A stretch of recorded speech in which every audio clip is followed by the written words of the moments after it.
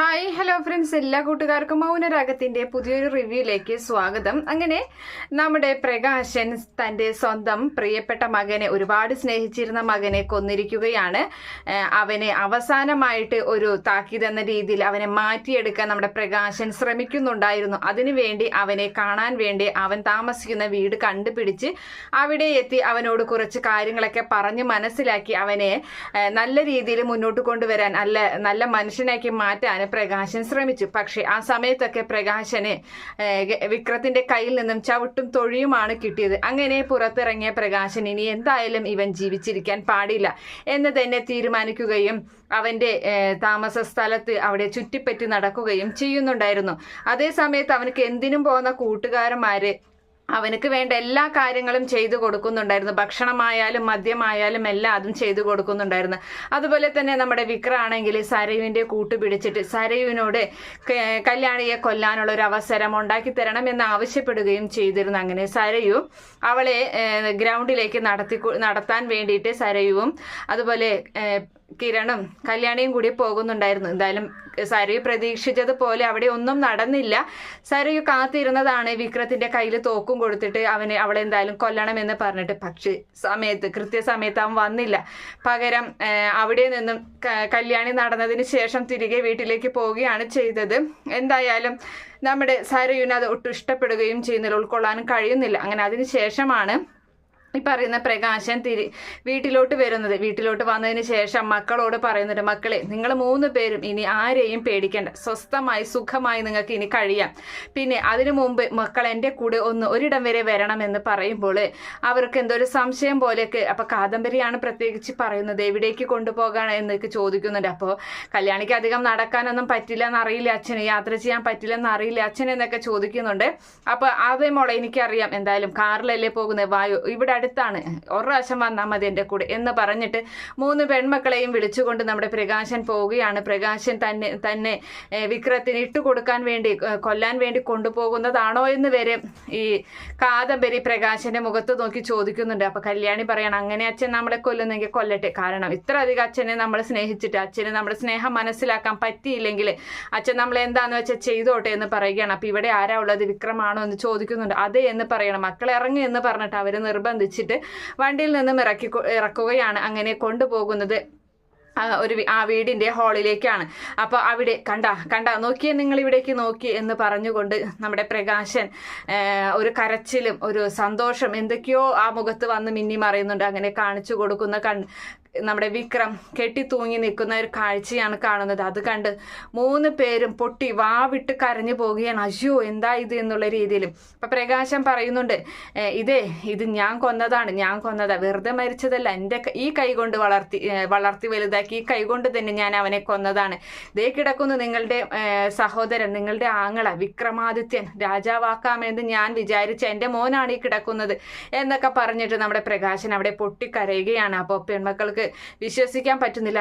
അച്ഛൻ എന്താ ഈ കാണിച്ചത് എന്നൊക്കെ ചോദിക്കുന്നുണ്ട്. അപ്പൊ അത് മക്കളെ, ഞാൻ ഇവനെ വന്ന് കണ്ടിരുന്നു, ഞാൻ ഇവന്റെ കൂടെ ഇവന്റെ കാര്യങ്ങളൊക്കെ ഇവനോട് വന്ന് പറഞ്ഞ് മനസ്സിലാക്കാൻ വേണ്ടി ഞാൻ ഇവനോട് ശ്രമിച്ചിരുന്നു. പക്ഷെ അന്ന് ആ സമയത്ത് അവൻ എന്നെ ചവിട്ടി എൻ്റെ നെഞ്ചിലാണ് അവന്റെ കാല് പതിഞ്ഞത്. അപ്പൊ ഞാൻ തീരുമാനിച്ചു, ഇനി എന്തായാലും ഇവൻ നന്നാവില്ല, ഈ ജന്മത്തിൽ ഇനി എന്തായാലും ഇവൻ നന്നാവില്ല എന്ന് ഉറപ്പിച്ചത് കൊണ്ട് തന്നെയാണ് ഞാൻ ഇങ്ങനെ ഒരു തീരുമാനം എടുത്തതെന്ന് പ്രകാശൻ. അങ്ങനെ പ്രകാശൻ അന്ന് നടന്ന എങ്ങനെയാണ് കൊന്നത് എന്നുള്ള കാര്യം അവരോട് വിശദമായി പറയുന്നുണ്ട്.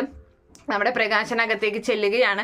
അപ്പൊ ആ സമയത്ത് വിക്രം വളരെ മോശമായി പെരുമാറുന്നുണ്ട്. അങ്ങനെ ആ സമയത്ത് പ്രകാശൻ വലിയൊരു ഇരുമ്പ് വടി അവിടെ ഇരുന്നു, അത് വെച്ച് അവന്റെ തലയ്ക്ക് ഒരൊറ്റ അടി അടിക്കുകയാണ്.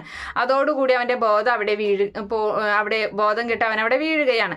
അങ്ങനെ പ്രകാശൻ അവിടെ മുന്നിൽ ഇരുന്നിട്ട്, ഡാ നിന്നോട് ഞാൻ പറഞ്ഞതല്ലടാ, എൻ്റെ പെൺമക്കളെ നീ ഉപദ്രവിക്കരുത്, നിനക്ക് നല്ല രീതിയിൽ നീ നല്ല സ്വഭാവത്തിലായിരുന്നെങ്കിൽ ആ പെൺമക്കള് അവര് നിന്നെ സഹായിക്കില്ലായിരുന്നു, അവർക്ക് നിനക്ക് നല്ലൊരു ജീവിതം കിട്ടില്ലായിരുന്നു, നീ എന്തിനാടാ എൻ്റെ ഈ കൈകൊണ്ട് നീ ചത്തത്, നീ നല്ല അങ്ങനെയൊക്കെ ഓരോന്ന് പറഞ്ഞിങ്ങനെ അവനോട് ഇങ്ങനെ കാര്യങ്ങളൊക്കെ ഇങ്ങനെ ഇതാക്കുകയാണ്. അതിനുശേഷം അവൻ അവിടെ നിന്നും ബോധം കെട്ടതിന് ശേഷം, അതായത് ബോധം അവന് തെളിയുകയാണ് കേട്ടോ. അപ്പൊ അങ്ങനെ ആ സമയത്ത് അവിടെ ഒരു വലിയൊരു കയറ് പോലത്തെ ഒരു സാധനം ഉണ്ടാവും, അതെടുത്ത് അവന്റെ കഴുത്തിന് പിടിച്ച് വലിച്ചു മുറുക്കുകയാണ്. അങ്ങനെ ശ്വാസം മുട്ടിക്കുന്ന സമയത്തും പ്രകാശൻ അവൻ ചെയ്ത തെറ്റുകളും അവൻ നന്നാവാത്തതിലുള്ള കാര്യങ്ങളൊക്കെ ഇങ്ങനെ വിളിച്ച് പറഞ്ഞുകൊണ്ടിരിക്കുകയാണ്. വിക്രമാണെങ്കിൽ ഒന്നും ചെയ്യാൻ പറ്റാതെ, പ്രതികരിക്കാൻ പറ്റാതെ അങ്ങനെ കിടന്ന് ആ പ്രകാശിന്റെ കൈകളിൽ കിടന്ന് പിടയുകയാണ്. അതിനുശേഷമാണ് അവനെ കെട്ടിയതിനു ശേഷം അവനെ കെട്ടി തൂക്കുകയാണ് ചെയ്യുന്നത് നമ്മുടെ പ്രകാശൻ വിക്രത്തിനെ.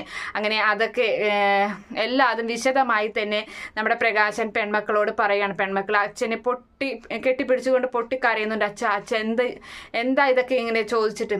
എന്തായാലും അച്ഛന്റെ സ്നേഹം എന്താണെന്നുള്ള എല്ലാ പെൺമക്കളും വ്യക്തമായി മനസ്സിലാക്കിയിരിക്കുകയാണ്. അതിനുശേഷം ഈ പറയുന്ന പ്രകാശൻ കാര്യങ്ങളൊന്നും മറച്ചു വെക്കുന്നില്ല. എല്ലാവരും അറിയുന്നുണ്ട്. കിരണക്ക് അറിയുമ്പോൾ കിരൺ ആകെ ഞെട്ടിപ്പോവുകയാണ് ചെയ്യുന്നത്. എന്തായാലും സരയും ഇതറിയുന്നുണ്ട്. സരയും ആകെ ഷോക്കായി പോവുകയാണ്. സരയുടെ ഒരു വലങ്കൈയാണ് നഷ്ടപ്പെട്ടത്. അങ്ങനെ അതിനുശേഷം നമ്മുടെ പ്രകാശനെ പോലീസ് കൊണ്ടുപോകുന്ന വളരെ വിഷമകരമായിട്ടുള്ളൊരു ഭാഗം അതിൻ്റെ അകത്തുണ്ട്. എന്തായാലും പോലീസിനെ പിടികൊടുക്കുകയാണ് പ്രകാശൻ. പോലീസ് സ്റ്റേഷനിൽ പ്രകാശൻ അങ്ങനെ കിടക്കുന്നുണ്ട്.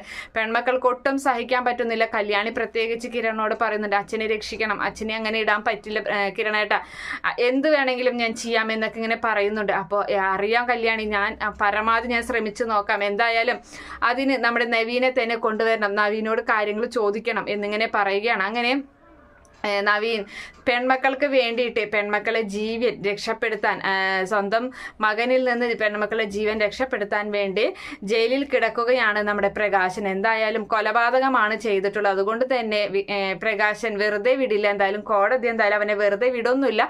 ചെറിയ കാലയളവിൽ അവനെ ശിക്ഷിക്കുകയും ചെയ്യുന്നുണ്ട്. പിന്നെ വിക്രത്തിനെ നവീൻ കോടതിയിൽ വാദിക്കുന്നത് വിക്രത്തിന്റെ കൊള്ളരുതായ്മയും കാര്യങ്ങളൊക്കെ തന്നെയാണ്.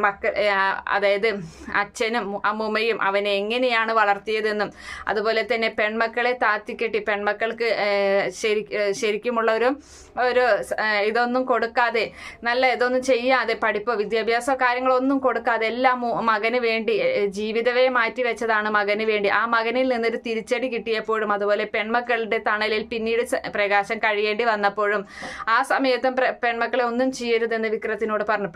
വിക്രത്തിന് ഒരുപാട് കൂട്ടുകെട്ടുകളും ഒരുപാട് കൂട്ടാളികളും കൂട്ടുകാരന്മാരും ഒക്കെ ഉണ്ടായിരുന്നത് കൊണ്ടാണ് ഇങ്ങനെ വഴിതെറ്റിപ്പോയത്. അതുകൊണ്ട് തന്നെ ഇനി അവൻ ജീവിച്ചിരിക്കുന്നത് അത് നാടിന് തന്നെ അപമാനമാണ്. ഒരുപാട് പേരുടെ തലയ്ക്കടിച്ച് ഒരുപാട് ആൾക്കാരെ ബോധം കെടുത്തി അങ്ങനെയുള്ള അവൻ ചെയ്ത എല്ലാ കാര്യങ്ങളും അപ്പോൾ ആ സമയത്ത് തെളിവ് സഹിതം എല്ലാതും നിരത്തുന്നുണ്ട്.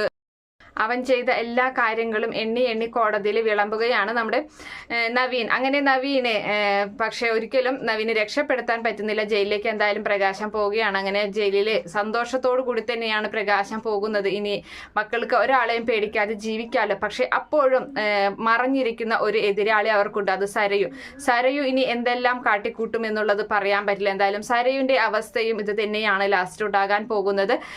എന്തായാലും ക്ലൈമാക്സ് നല്ല അടിപൊളിയായി തന്നെയാണ് മുന്നോട്ട് പോകുന്നത്. എന്തായാലും കാത്തിരുന്ന് കാണാം. ഈ റിവ്യൂ ഇഷ്ടപ്പെടുകയാണെങ്കിൽ ഈ ചാനൽ ഒന്ന് സബ്സ്ക്രൈബ് ചെയ്ത് അതുപോലെ തന്നെ ലൈക്ക് ചെയ്യാനും മറക്കല്ലേ. By, thank